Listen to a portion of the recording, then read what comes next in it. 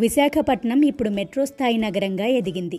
ఇప్పుడు విశాఖ నగరం నలుదిశలా విస్తరించినా దీని ప్రారంభం మాత్రం వన్ టౌన్ ప్రాంతం నుంచే. అసలు విశాఖ అంటేనే వన్ టౌన్ అని ఇక్కడి చరిత్రకారులు చెబుతారు. ఒకప్పటి విశాఖయే ఇప్పుడు వన్ టౌన్గా మిగిలిపోయింది. ఈ ప్రాంతంలో కనిపిస్తున్న కలెక్టరేట్, టౌన్ హాల్, కేజీహెచ్, అప్పటి municipal corporation building, light house, Queen Mary School, Queen Victoria విగ్రహం ఇవన్నీ వన్ టౌన్ చరిత్రకు ఆనవాళ్లే. కోట వీధి అంటే వన్ టౌన్ ఇది అంటే ప్రతి ఒక్కరు తెలిసిందే. ఇక్కడి నుంచి స్టార్ట్ అయింది విశాఖపట్నం. విశాఖపట్నం పెద్ద కార్పొరేట్ సిటీగా మహానగరంగా రూపొందింది. కానీ అప్పట్లో విశాఖపట్నం ఇంగ్లీష్ వాళ్ళ భాషలో వైజాగపట్నం అంటే ప్రజెంట్ ఓల్డ్ సిటీ మాత్రమే. అందుకని మన విశాఖపట్నంలో ప్రాచీన ఓల్డ్ మార్కెట్ అంతా కూడా వన్ టౌనే. వన్ టౌన్ దాటి వచ్చాము అంటే పూర్ణ మార్కెట్, సూపర్ బజార్ దాటి వచ్చామంటే ఇంకా విశాఖపట్నం వదిలేసినట్టే. 1872 పురపాలక సంఘం లెక్కల ప్రకారం వన్ టౌన్ అంటే విశాఖ జనాభా 32,000 మాత్రమే.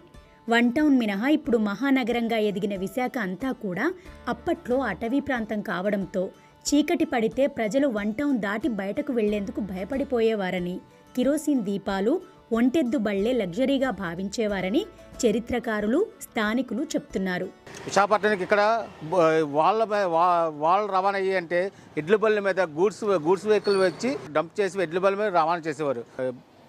ఒంటెద్దు బళ్ళు మీద రవాణా అయ్యి తెలిసిందే, చిన్నప్పటి నుంచి చూస్తున్నాం. చరిత్రకారులు చెప్పిన వివరాల ప్రకారం బ్రిటిష్ వారు ఈస్ట్ ఇండియా కంపెనీ పేరుతో విశాఖకు వచ్చిన కొన్నేళ్లకు వన్ టౌన్ ప్రాంతంలో 1858లో వ్యాపారులు, జమీందారులు మున్సిపల్ వాలంటరీ అసోసియేషన్ పేరుతో ఒక సంఘంగా ఏర్పడ్డాయి.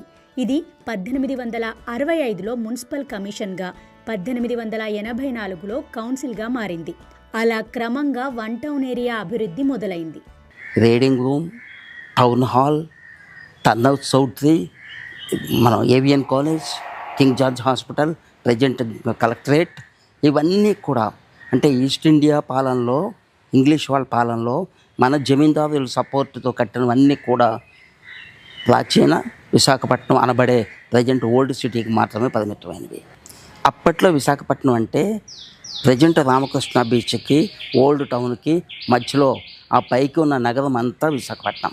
ఆర్కే బీచ్కు, వన్ టౌన్కు మధ్య ఉన్న 1923 నాటి కేజీహెచ్, 1913లో ప్రారంభమైన కలెక్టరేట్, 1935 నాటి పూర్ణ మార్కెట్, కురుపాం మార్కెట్, 1878 నాటి ఏవియన్ కళాశాల, సీహార్స్ జంక్షన్ వంటివి అప్పటి విశాఖలో ప్రధాన కేంద్రాలుగా ఉండేవి. ఇప్పటికీ ఇవి కొనసాగుతున్నాయి. అంటే బ్రిటిష్ స్థావరం ఎక్కడైతే ఉందో టౌన్ హాల్ అక్కడే ఉంది, కింగ్ జార్జ్ హాస్పిటల్ అక్కడే ఉంది, వాళ్ళు చదువుకునే కాలేజీ, వాళ్ళు చదువుకునే స్కూల్ అన్నీ కూడా అక్కడే ఉన్నాయి. అందుకని నగరం అక్కడ మట్టుకే పరిమితం. దాన్ని వైజాగ్ పటం అనేవారు. రాష్ట్రంలో ఏ ఊరికైనా సరే పూర్ణ మార్కెట్ కోసం చెప్తుంటారు. అంటే అటువంటి పెద్ద మార్కెట్ అండి. దాని పేరు సత్తాన్ వరంలో వదలబెట్టాయి మార్కెట్. పూర్ణ మార్కెట్ ఉంటుంది. అంటే కూరగాయలు కానీ అందులో పందుకోసం సందుంటుంది. అంటే పుట్టిన సినిమా దగ్గర నుంచి వాళ్ళ దగ్గర చరిత్ర వరకు కావాల్సిన ప్రతి ఒక్క వస్త్రం కూడా పందుకోల సందులో దొరుకుతుంది. వీటి కూడా అదొక సామ్రాజ్యం, వస్త్ర సామ్రాజ్యం. విశాఖ వన్ టౌన్ ఏరియాలోనే భారతదేశ తొలి సిపాయిల తిరుగుబాటు జరిగిందని చరిత్రకారులు చెబుతున్నారు. ప్రజెంట్ కాస్టల్ బ్యాటరీ ఉంది కదా, అంటే రామకృష్ణ బీచ్కి, గోకుల్ పార్క్ ఆ ఏరియాకి బీచ్ అక్కడ మాత్రమే.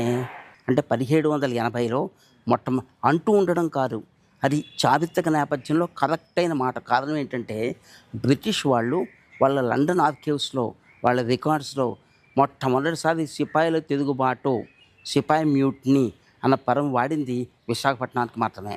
వన్ టౌన్ ఏరియాలో గుడి, చర్చి, మసీదు అన్నీ ఒకే చోట ఉంటాయి. అలాగే ఇళ్ల మధ్యలోంచి వెళ్లిపోతున్నట్లు కనిపించే కన్వేయర్ బెల్ట్, 1903 నాటి లైట్ హౌస్, బ్రిటిషర్లు కట్టించిన పాఠశాలలను వన్ టౌన్ ఏరియాలోనే చూస్తుంటే బ్రిటిష్ కాలానికి వెళ్ళినట్లు అనిపిస్తుందని స్థానికులు అంటున్నారు. చర్చిలకు కానీ, స్కూల్ కానీ, పురాతన కట్టడాలు కానీ, టౌన్ హాల్ కానీ, తర్వాత కన్వేయర్ బెల్ట్ కానీ, పోర్ట్ నుంచి వెళ్ళే కన్వేయర్ బెల్ట్, ఆ పోర్ట్ దగ్గర నుంచి ఇక్కడ తర్వాత కొండ వరకు ఉండే కన్వేయర్ బెల్ట్ కానీ, తర్వాత పోర్ట్ అంతా కూడా ఒకప్పుడు ఇక్కడే ఉండేది. తర్వాత కొంత మైగ్రేట్ అయింది. కానీ ఎప్పటికీ కూడా వన్ టౌన్.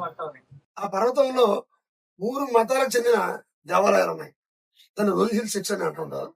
పైన చర్చ్ ఉంటుంది, క్రైస్తవులకు చెందింది. మధ్యలో మహమ్మదీయులకు చెందినటువంటి మసీదు ఉంటుంది. కింద హిందువులకు చెందినటువంటి కలియుగ దైవమైనటువంటి వెంకటేశ్వర గుడి ఉంటుంది. అంటే ఇటువంటి ప్రత్యేకతలు ఎక్కడ ఉండవండి, కేవలం వన్ టౌన్ చెందిన ఒక ప్రత్యేకత. ఓడరేవు ఉండటంతో పాటు వాల్తేరు రైల్వే డివిజన్ కూడా రావడంతో విశాఖ అభివృద్ధి ఊపందుకుందని విశ్లేషకులు అంటున్నారు. నగరం ఎంత విస్తరించినా వన్ టౌన్ ప్రత్యేకత మాత్రం ఇప్పటికీ అలాగే ఉంది. విలక్షణాలు సంతరించుకున్న నగరం ఒక కుగ్రామంగా ఉన్నది, బెస్తపల్లిగా మారింది, వర్తక వాణిజ్య కేంద్రంగా మారింది జమీందారుల పాలనలో. ఆ తర్వాత వచ్చిన మార్పుల వల్ల ఒక మహానగరంగా. దీనికి కారణం ఏంటంటే విశాఖపట్నం ఉన్న నైసర్గిక స్వరూపం. అది కూడా పాత ఓల్డ్ టౌన్కే చెందుతుంది. డాల్ఫిన్ తీరరేఖ ఎక్కడైతే విస్తరించి ఉండడమో అదే కారణం.